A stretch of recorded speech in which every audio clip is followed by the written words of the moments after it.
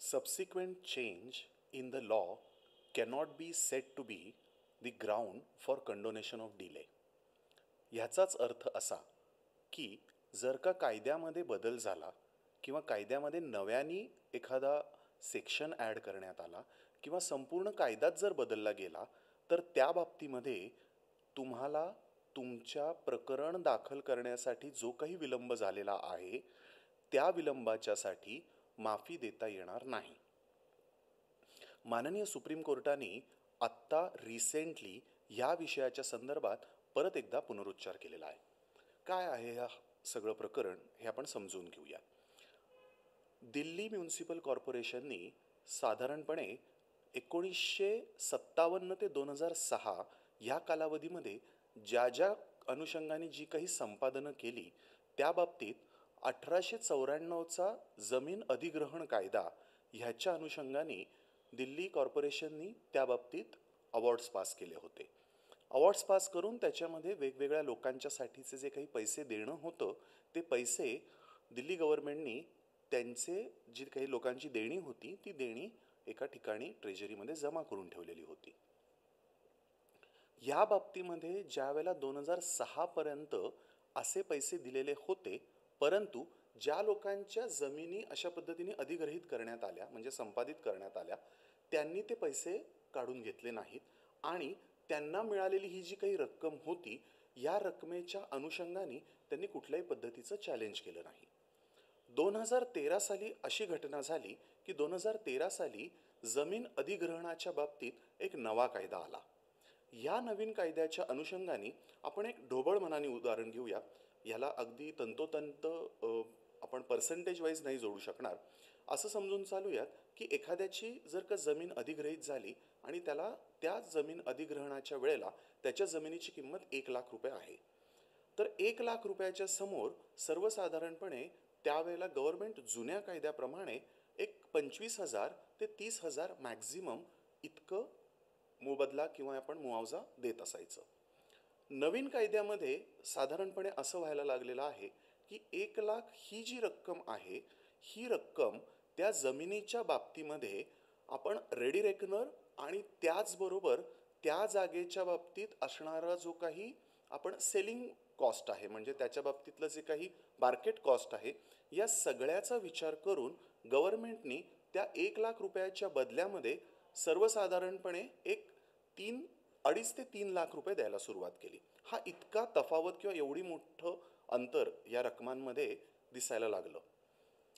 2013चा हा जो कायदा आलेला आहे 2013च्या कायद्यामध्ये बऱ्याच लोकांना असं वाटू लागलं की आपल्या बाबतीमध्ये ज्या काही जमिनी अधिग्रहित झालेल्या आहेत त्या जमीन अधिग्रहित झाल्यानंतर आपण जर का नव्या कायद्याच्या अनुषंगाने हे प्रकरण जर आपण दाखल केलं तर त्याच्यामध्ये आपल्याला 1 लाख रुपयाच्या जी काही रक्कम होती त्याच्यामध्ये जे 25,000 रुपये मिळत होते त्याच्या बदल्यात आपल्याला साधारणपणे 2.5 ते 3 लाख रुपये किंवा 4 लाख रुपयापर्यंत मोबदला मिळू शकेल म्हणजे साधारण 4 पट मोबदला मिळू शकेल.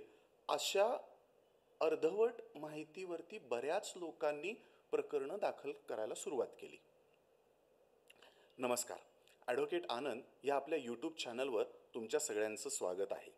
आपण मागच्या वेगवेगळ्या आठवड्यांमध्ये नवनवीन जे विषय आहेत आणि कायद्याची वेगवेगळी तत्त्व कशी आहेत हे समजून घेण्यासाठी हा चॅनल सुरू केलेला आहे आणि मराठीमध्ये त्या कायद्याच्या तत्त्वाचं आपण सोप्या पद्धतीने सामान्य माणसाला समजेल अशा स्वरूपाने विश्लेषण करण्याचा प्रयत्न करतो.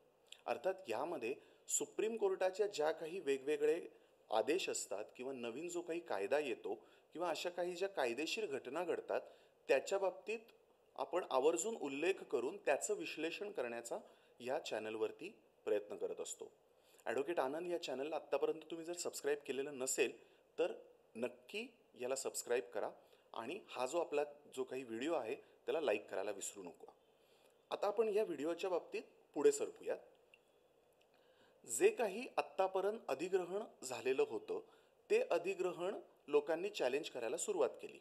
या बाबतीमध्ये मध्य प्रदेशातली एक केस आहे, त्याचबरोबर पुणा म्युनिसिपल कॉर्पोरेशनची एक मेहरबान सुप्रीम कोर्टामधली पण केस आहे आणि या सगळ्यामध्ये सुप्रीम कोर्टाने जो नवीन कायदा आहे त्याच्यामधला जो सेक्शन 24 आहे त्याच्या बाबतीत सविस्तर एक्सप्लेनेशन दिलेलं आहे आणि त्याच्याच दुसरी बाजू किंवा त्याची दुसरी कडी म्हणून या आदेशाकडे बघितलं जातं. जर तुमचं एखादं प्रकरण प्रलंबित असेल आणि ते प्रकरण प्रलंबित असताना जर नवीन कायदा आला तर त्या नवीन कायद्याचा फायदा तुम्ही घेऊ शकता, अन्यथा तुम्ही या कायद्याचा फायदा घेऊ शकत नाही. या बाबीचा देखील पुनरुच्चार माननीय सुप्रीम कोर्टाने या प्रकरणामध्ये केलेला आहे. लोकांनी जी काही प्रकरणं या दिल्ली म्युन्सिपल कॉर्पोरेशनच्या प्रकरणाच्या अनुषंगाने वेगवेगळी दाखल केली त्याच्यामध्ये त्यांचं असं म्हणणं होतं की जरी अवॉर्ड पास झालेला असला, आमची जमीन अधिग्रहित करण्याचा आदेश झालेला असला, तरी मुद्दा क्रमांक 1 की आमची जमीनच अधिग्रहित झालेली नाही. दुसरा मुद्दा की ज्या कारणासाठी जमीन अधिग्रहित करायची होती ती जमीन त्या कारणासाठी अधिग्रहित झालेली नाही. तिसरा महत्त्वाचा मुद्दा की जी काही जमीन आमची अधिग्रहित केलेली होती त्याच्या बदल्यात आम्हाला योग्य तो मोबदला योग्य वेळेला दिलेला नाही किंवा तो दिलेला असला तरी तो आम्ही स्वीकारलेला नाही. आता घटनाक्रम असा झालेला आहे की अशा पद्धतीने अवॉर्ड पास झाल्यानंतर त्या व्यक्तीने त्या बाबतीतली जमीन अधिग्रहित झालेली असताना ताबडतोब सक्षम अशा न्यायालयाकडे दाद मागणं अपेक्षित आहे. पण त्यांनी तसं न करता त्यांनी ना की ती अवॉर्डची रक्कम स्वीकारली आणि तसंच त्याच्या बाबतीत कुठलंही अपील दाखल केलं नाही. 2013 साली हा नवीन कायदा आला त्यावेळेला कालबाह्य असणारी सगळी प्रकरणं या व्यक्तींनी परत पुनरुज्जीवित करून त्यांनी त्या बाबतीत वेगवेगळ्या न्यायमंचांकडे दाद मागायला सुरुवात केली आणि ही सगळी एकत्र झालेली जी काही प्रकरणं आहेत ती या दिल्ली म्युन्सिपल कॉर्पोरेशनच्या मूळ रिट पिटिशन बरोबर ही क्लब करण्यात आली आणि त्याच्यामध्ये सुप्रीम कोर्टाने काही महत्त्वाची तत्त्व सांगितली. एक, जर का तुम्ही कालमर्यादेत अशा पद्धतीने प्रकरण दाखल केलेलं नसेल तर केवळ कायदा नवीन आलेला आहे किंवा कायदा बदललेला आहे म्हणून तुम्ही जे काही प्रकरण मर्यादेच्या बाहेर दाखल करत आहात त्यावेळेला तुम्हाला ते प्रकरण अशा लिमिटेशनमध्ये आणता येणार नाही. लिमिटेशनचा जो सेक्शन 5 आहे त्याच्या अनुषंगाने प्रत्येक प्रकरण दाखल करायला 30 दिवस, 60 दिवस, 90 दिवस, 3 वर्ष, 1 वर्ष असे वेगवेगळे मुदती त्याच्यामध्ये दिलेल्या असतात. पण या मुदतीत जर का तुम्ही ते प्रकरण दाखल केलं नाही तर ते मुदतीत दाखल न केल्यामुळे ते प्रकरण कालबाह्य होतं आणि त्याला कुठल्याही कोर्टामध्ये अशा स्वरूपाने दाद मागता येत नाही. आता हे जे प्रकरण होतं ह्याच्यामध्ये त्या याचिकाकर्त्यांनी आमचा जो काही झालेला विलंब आहे तो माफ करून द्या अशा स्वरूपाने सुप्रीम कोर्टाकडे दाद मागितली. सुप्रीम कोर्टाने ह्याच्यामध्ये खूप महत्त्वाचा असा निर्वाळा दिलेला आहे किंवा निवाडा दिलेला आहे. त्याच्यामध्ये सुप्रीम कोर्ट असं म्हणतं की तुम्ही कायदा बदलला म्हणून जी दाद मागत आहात ती आम्ही खारिज करत आहोत किंवा ती आम्ही मान्य करूच शकत नाही. कारण जर आम्ही अशा स्वरूपाने प्रत्येकाची दाद जर मान्य करायला लागलो तर त्यामध्ये होणार आहे असं की हा एक वेगळ्या पद्धतीने पॅन्डोराज बॉक्स ओपन केला जाईल किंवा यामध्ये असं होईल की सगळे छोटे छोटे जी काही प्रकरणं आहेत, जुनी प्रकरणं आहेत ते सगळे म्हणतील की 2013च्या नवीन कायद्याप्रमाणे आम्हाला आता नवीन कॉम्पेन्सेशन तुम्ही द्या आणि हे एंडलेस होईल किंवा याच्यामध्ये कुठंही त्याला आपण पूर्णविराम अशा स्वरूपाने मिळणार नाही. आणि म्हणून सुप्रीम कोर्ट म्हणालं जी प्रकरणं प्रलंबित आहेत, जी प्रकरणं कालमर्यादेत दाखल केलेली आहेत पण सुनावणीसाठी आमच्यासमोर त्या तारखेपर्यंत आलेली नाहीत आणि ती सुनावणीच्या बाबतीत आमच्यासमोर येण्यासाठी जो काही कालावधी लागलेला आहे त्या कालावधीत जर का कायदा बदललेला असेल तर आणि तरच आम्ही ती प्रकरणं सुनावणीसाठी घेऊ शकतो. आणि ह्या पॉईंटवरती माननीय सुप्रीम कोर्टाने विलंब माफी या सगळ्या याचिकाकर्त्यांची उडवून लावली. आता ह्याच्यामध्ये एक पब्लिक इंटरेस्ट अशा स्वरूपाचा एक मुद्दा येऊन जातो. माननीय सुप्रीम कोर्टाने जरी यांच्या सगळ्या याचिका उडवून लावल्या तरी देखील ह्या व्यक्तींच्या याचिका या पब्लिक इंटरेस्ट किंवा आपण म्हणूयात की लोकहितोपयोगी अशा स्वरूपाने या बाबींचा विचार करण्यात यावा म्हणून त्या याचिका त्यांनी मान्य केला. तर आपण आजच्या ह्या व्हिडिओमध्ये जे प्रकरण समजावून घेतलेलं आहे त्याच्यामधलं सगळ्यात महत्त्वाचं कायद्याचं तत्व असं की कायदा बदलला म्हणून तुमचं दाद मागायचं जे काही प्रकरण असतं ते कालमर्यादेत येत नाही.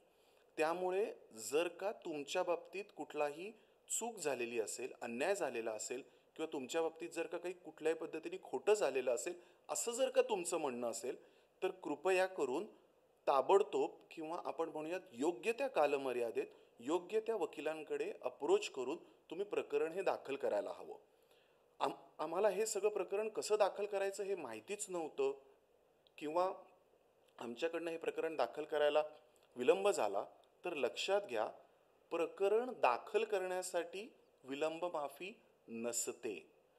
अपील किंवा एखादा जो आदेश असतो त्या आदेशाच्या बाबतीत जर का तुम्हाला पुढील कोर्टात दाद मागायची असते त्यावेळेला अपेलेंट कोर्ट किंवा ज्याला आपण वरिष्ठ कोर्ट असतं ते ठराविक गोष्टींच्या बाबतीत किंवा ठराविक कारणांवरती अशा स्वरूपाने विलंब माफ करून देतं. सर्व बाबींमध्ये विलंब माफ हा होत नाही. त्यामुळे तुमच्या बाबतीत अशी कुठलीही घटना झालेली असेल तर प्रकरण दाखल करताना तुम्ही तात्काळ पद्धतीने किंवा ताबडतोब पद्धतीने हे प्रकरण दाखल करणं गरजेचं आहे. सो हे जे काही आत्ताचं माननीय सुप्रीम कोर्टाचं प्रकरण आहे त्याची PDF ची लिंक आम्ही डिस्क्रिप्शन बॉक्समध्ये दिलेली आहे आणि ती तुम्ही नक्की पहा. बरंच मोठं जजमेंट आहे पण त्याचं विश्लेषण आम्ही अगदी थोडक्यात तुम्हाला करून सांगण्याचा प्रयत्न केलेला आहे. जर तुम्हाला हा व्हिडिओ आवडला असेल तर ह्या व्हिडिओला तुम्ही लाईक नक्की करा. आपण पुढच्या शुक्रवारी अशाच एका नवीन विषयासह तुम्हाला भेटायला येणार आहोत. तोपर्यंत काळजी घ्या आणि आमच्या सर्वांकडून नमस्कार.